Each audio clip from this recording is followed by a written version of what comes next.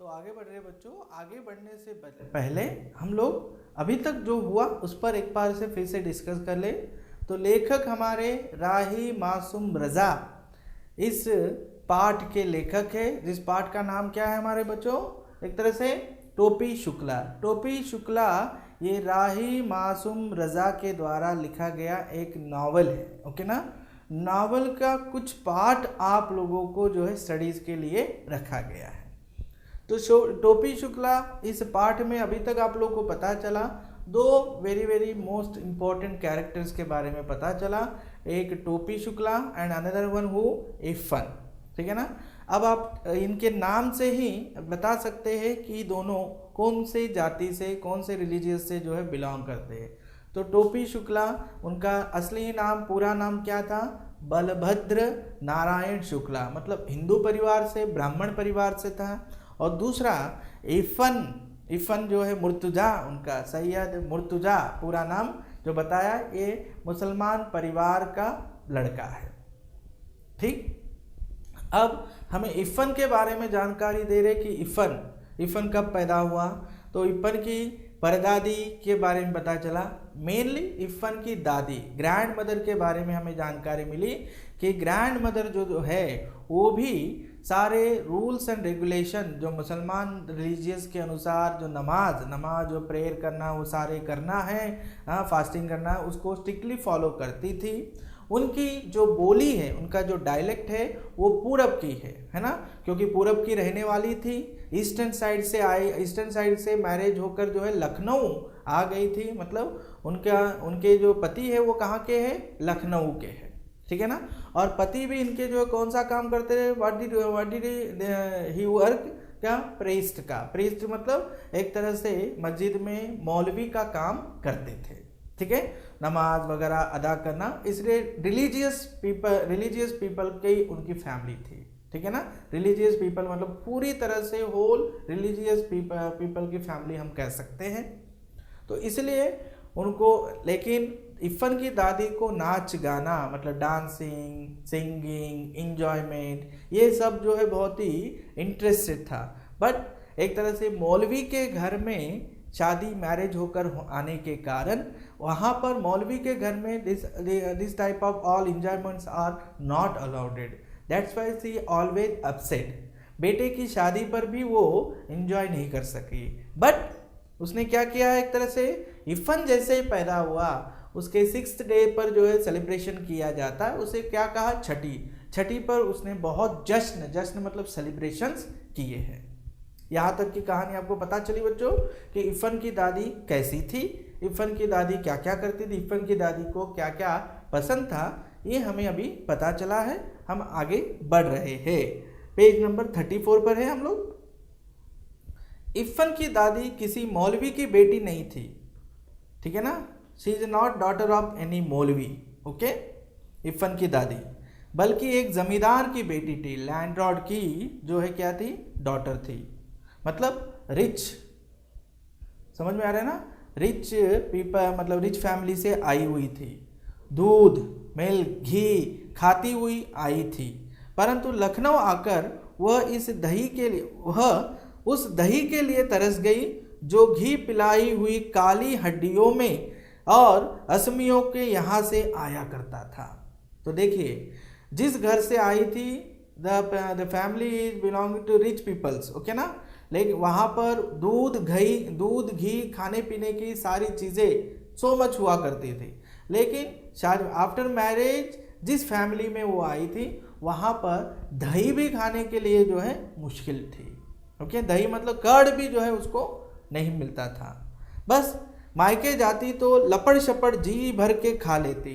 जब भी she going to mother house मतलब पूरब जाती थी, अपने मदर हाउस जाती थी, तो वहाँ पर जो है वो खूब जी भर के, है ना, लॉट ऑफ जो है क्या करती थी? वो खाती थी। लखनऊ आते ही उन्हें फिर मौलविन बन जाना पड़ता। After coming to again in laws home तो क्या करना पड़ता था? मौलविन प्रेस्ट बन के रहना पड़ता था। अपने मियाँ से उन्हें यही तो एक शिकायत थी। अपने मियाँ मतलब यहाँ पर पति, हस्बैंड से one and most complaint is that only कि वक्त देखे ना मौका, बस मौलवी ही बने रहते हैं। ठीक है ना। अपने हमेशा जो अपने पति से एक ही शिकायत कंप्लेंट रहती थी कि पति उनके ऑलवेज मौलवी बनकर रहते थे। ससुराल में उनकी आत्मा सदैव बेचैन रही। ठीक है ना, बेचैन मतलब हेजिटेट या फिर कह सकते टेंशन, ओके ना। तो ससुराल में इनलास के घर पर हमेशा जो है उनकी आत्मा सोल बेचैन रही।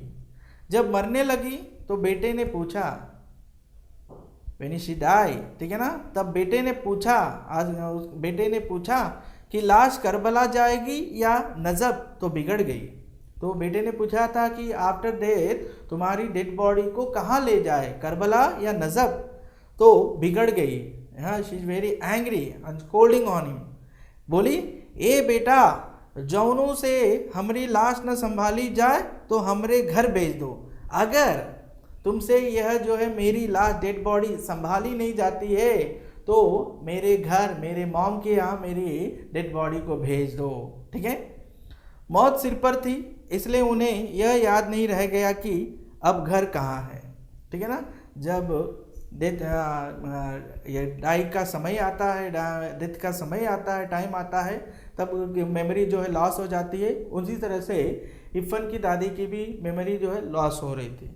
घर वाले कराची में हैं और घर कस्टोडियन का हो चुका है। उनका जो घर है कहाँ पर है, उनके एक तरह से उनके मायका जो है कहाँ पर है, कराची में है। कराची नाउ इन पाकिस्तान में है। और अभी उनका जो पूरा हाउस है वो गवर्नमेंट के अंडर चला गया है। मरते वक्त किसी को ऐसी छोटी छोटी बातें भला कैसे याद रह सकती है। हाँ, मतलब कोई मरते समय, डेथ के समय जो है ये छोटी छोटी स्मॉल थिंग किसी के मेमोरी में नहीं रह सकती। उस वक्त तो मनुष्य अपने सबसे ज़्यादा खूबसूरत सपना देखता है। ठीक है ना। मतलब before dying we saw the very beautiful dream.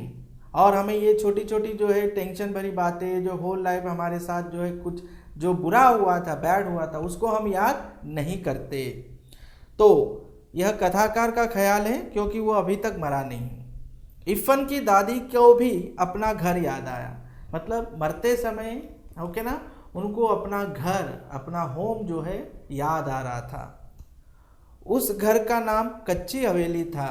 उस घर का नाम क्या था? कच्ची हवेली। कच्ची इसलिए कि वह मिट्टी की बनी थी। कच्ची इसलिए थी कि वो कि सैंड से उसको बनाया गया था, मड से उसे बनाया गया था। उन्हें दशहरी आम का वह बीजू पेड़ याद आया जो उन्होंने अपने हाथ से लगाया था और जो उन्हीं की तरह बूढ़ा हो चुका था। उनको यह अपने मेमोरीज में यह बातें याद आई। ओके, कौन सी बातें याद आई?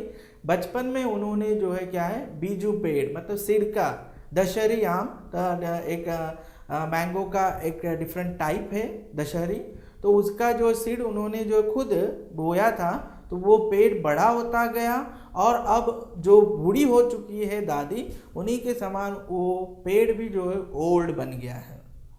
ऐसी छोटी छोटी और मीठी मीठी बेशुमार चीज़ें याद आई, है ना। Small sweet this type of so many memories उन्हें जो है याद आती गई। वो इन चीज़ों को छोड़कर भला करबला या नजब कैसे जा सकती है। सब इन थिंग्स को जो है छोड़कर वो करबला या नजब कैसे जा सकती है कहकर लेखक हमें बता रहे बच्चों। तो देखिए, इफ़न की दादी का परिचय दीजिए। आपको प्रश्न आता है, इफ़न की दादी के बारे में जानकारी दीजिए। इफ़न की दादी कैसी थी? इफ़न की दादी के बारे में जो जानकारी, इफ़न की दादी एक ज़मींदार की बेटी थी। ज़मींदार की बेटी होने के कारण क्या था वहाँ पर, खाने पीने की, मतलब जो फूड आइटम्स वगैरह जो किसी की भी कोई कमी नहीं थी, दूध घी सब कुछ रहता था। लेकिन जहाँ वो मैरिज करके आई थी लखनऊ, वो एक मौलवी का घर था। प्रीस्ट का जो है फैमिली होने के कारण वहाँ पर पाबंदियाँ थी। पाबंदियाँ मतलब जो कंडीशंस थे, अकॉर्डिंग टू दैट कंडीशन ही उनको जो है क्या है, अपनी लाइफ जीनी पड़ती थी, स्पेंड करना पड़ता था। ठीक है। अब आगे, वह बनारस के फातमैन में दफन की गई, मतलब एक तरह से कब्रिस्तान, फातमैन में दफन की गई, क्योंकि मुर्तज़ा हुसैन की पोस्टिंग उन दिनों वही थी। मुर्तज़ा हुसैन की पोस्टिंग मतलब जो है जानते हैं आप लोग, उनका काम, उनका वर्क वहीं पर था। इफ़न स्कूल गया हुआ था। इफ़न जो है कहाँ गया हुआ था? स्कूल गया हुआ था। नौकर ने आकर खबर दी कि बीबी का देहांत हो गया है। ठीक है, नौकर ने आकर जो है क्या है, खबर समाचार न्यूज़ दी थी कि बीबी का मतलब इरफान की दादी की जो है डेथ हो चुकी है। इरफान की दादी बीबी कही जाती है। इरफान की दादी को किस नाम से बुलाते हैं? बीबी। ओके, बीबी नाम से जो है बुलाते हैं। इरफान तब चौथे में पढ़ता था और टोपी से उसकी मुलाकात हो चुकी थी। ठीक है, इरफान कौन से क्लास में पढ़ता था? 4th क्लास में पढ़ता था और टोपी से जो है उसकी मुलाकात, इंट्रोडक्शन हो चुका था। इरफान को अपनी दादी से बड़ा प्यार था। तो यहाँ तक बच्चों आप लोग को समझ में आई। इरफान की दादी के बारे में बताया गया, इरफान की दादी को क्या पसंद था, क्या पसंद नहीं था, वो किस तरह से थी, है ना, और वे क्या चाहती थी। ठीक है, इन सब के बारे में, और इरफान की दादी के देहांत के बारे में भी बताया गया। अब इंट्रोडक्शन शुरू हो रहा है कि डेथ से पहले मतलब मरने से पहले तो इरफान की जो मुलाकात है, मतलब इरफान के जो पिता है मुर्तज़ा हुसैन, उनकी पोस्टिंग जो है यहाँ पर ही कहाँ पर हुई थी, एक तरह से हाँ फातमैन में हो चुकी थी। तो वहीं से जो है यहाँ पर हम लोग कहानी शुरुआत होती है। इरफान 4th क्लास में पढ़ता था, वहीं पर उसको स्कूल में डाला गया था, वो 4th क्लास में पढ़ता था और वहीं पर उसका जो है भेंट एक तरह से इंट्रोडक्शन किसके साथ हुआ? टोपी शुक्ला के साथ हुआ है। इरफान को अपनी दादी से बड़ा प्यार था। इरफान को अपनी दादी से बड़ा अफेक्शन था, लव था। प्यार तो उसे अपने अब्बू, अपनी अम्मी, अपनी बाजी और छोटी बहन नुजहत से भी था, परंतु दादी से वो ज़रा ज़्यादा ही प्यार करता है ना। मदर फादर जो है ब्रदर सबसे जो है वो लव करता ही था, लेकिन मोस्ट वो किसके साथ अट्रैक्ट था? अपनी दादी के साथ। हाँ, अम्मी तो कभी कभार डांट मार लिया करती थी, मतलब उनकी माँ। अम्मी का मतलब what is the meaning of अम्मी? अम्मी मतलब मदर। मदर कभी कभी स्कोल्डिंग बीटिंग भी करती थी, लेकिन बाजी का भी यही हाल था। बाजी का मतलब यहाँ पर दिया गया आप लोगों को, बाजी बड़ी बहन, ध्यान रखना है। बाजी मतलब बड़ी बहन भी कभी कभी इनको बीट करती थी।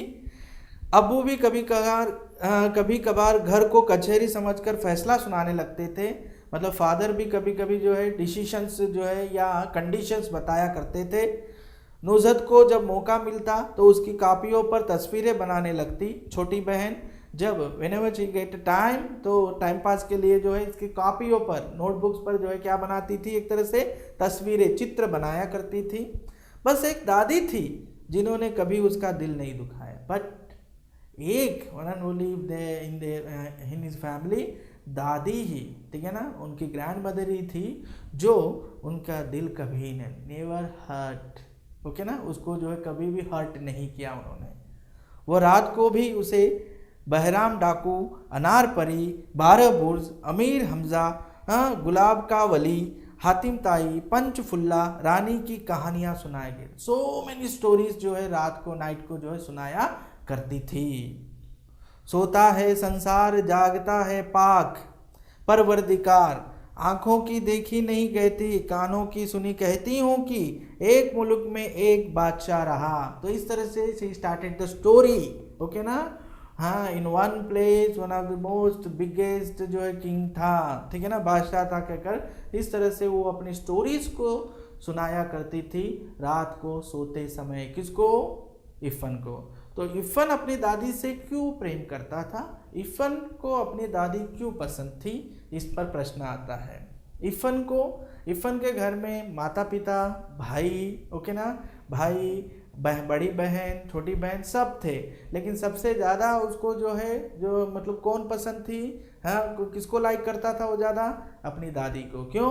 क्योंकि माँ कभी कभी उसको जो बीट या स्कोल्ड करती थी, या बड़ी बहन भी उसको हमेशा डांटती फटकारती थी, पापा भी कभी कभी जो है कंडीशंस लगाते थे, लेकिन दादी ने उसको कभी भी हर्ट नहीं किया, कभी भी उसका दिल नहीं दुखाया। इसलिए इरफान किसको चाहता था? वेरी लाइक किसको करता था? अपनी दादी से। क्यों? और भी दूसरी बात, अनदर रीज़न क्या है? इरफान को हमेशा वो रात को जो है सो मेनी जो है गुड स्टोरीज सुनाया करती थी, इसलिए इरफान को अपनी दादी बहुत बहुत पसंद थी और उससे प्यार भी करता था। हम टोपी शुक्ला पर बात कर रहे हैं, टोपी शुक्ला कहानी पर बात कर रहे हैं या इस उपन्यास पर बात कर रहे हैं, हम नॉवेल पर बात कर रहे हैं। तो इसके दो मेन कैरेक्टर्स हमको पता चले, इफ़न और टोपी शुक्ला। टोपी शुक्ला के फैमिली के बारे में तो अभी हमें कोई इन्फॉर्मेशन लेखक ने नहीं दी है, यहाँ तक हम जो पढ़े। अब आगे हम इफ़न की बात जो कर रहे हैं लेखक, तो इफ़न के परिवार के बारे में, वो मुसलमान फैमिली से बिलोंग करता है, ठीक है ना, मुस्लिम फैमिली से बिलोंग करता है। उसकी दादी के बारे में बताया गया, उसकी दादी की क्या स्पेशलिटी है, दादी कहाँ की है, दादी कौन से लैंग्वेज या डायलेक्ट बोलती है, दादी को क्या करना पसंद है, ये पता चला। उसके बाद इफ़न अपने दादी को क्यों पसंद करता है, ये भी आपको पता चला। मेरा प्रश्न यह है आपसे कि इफ़न टोपी शुक्ला की कहानी का सबसे महत्वपूर्ण हिस्सा क्यों है या पार्ट क्यों है, वाई? तो इस पर प्रश्न आया तो आप क्या लिखेंगे? तो आपको लिखना है कि टोपी शुक्ला की जो कहानी है वो इफ़न के बिना हाफ है, अधूरी है। ओके ना, अधूरी है। क्यों? क्योंकि इफ़न के बिना हम टोपी को पूरा नहीं बता सकते, या टोपी के बिना इफ़न को हम कंप्लीट करके नहीं बता सकते। तो इस तरह से, क्योंकि पूरी कहानी में टोपी के कंप्लीट स्टोरी में वेरेवर मतलब हम लोग जो है पढ़ेंगे, एक तरह से रीड करेंगे, ठीक है ना, हमें यह वर्ड जो है सुनाई देता है। कौन सा वर्ड? वो इफ़न शब्द। तो इसलिए इस कहानी का ये मोस्ट इम्पॉर्टेंट पार्ट है, कहकर लेखक ने भी बताया है और हमें भी पता चला।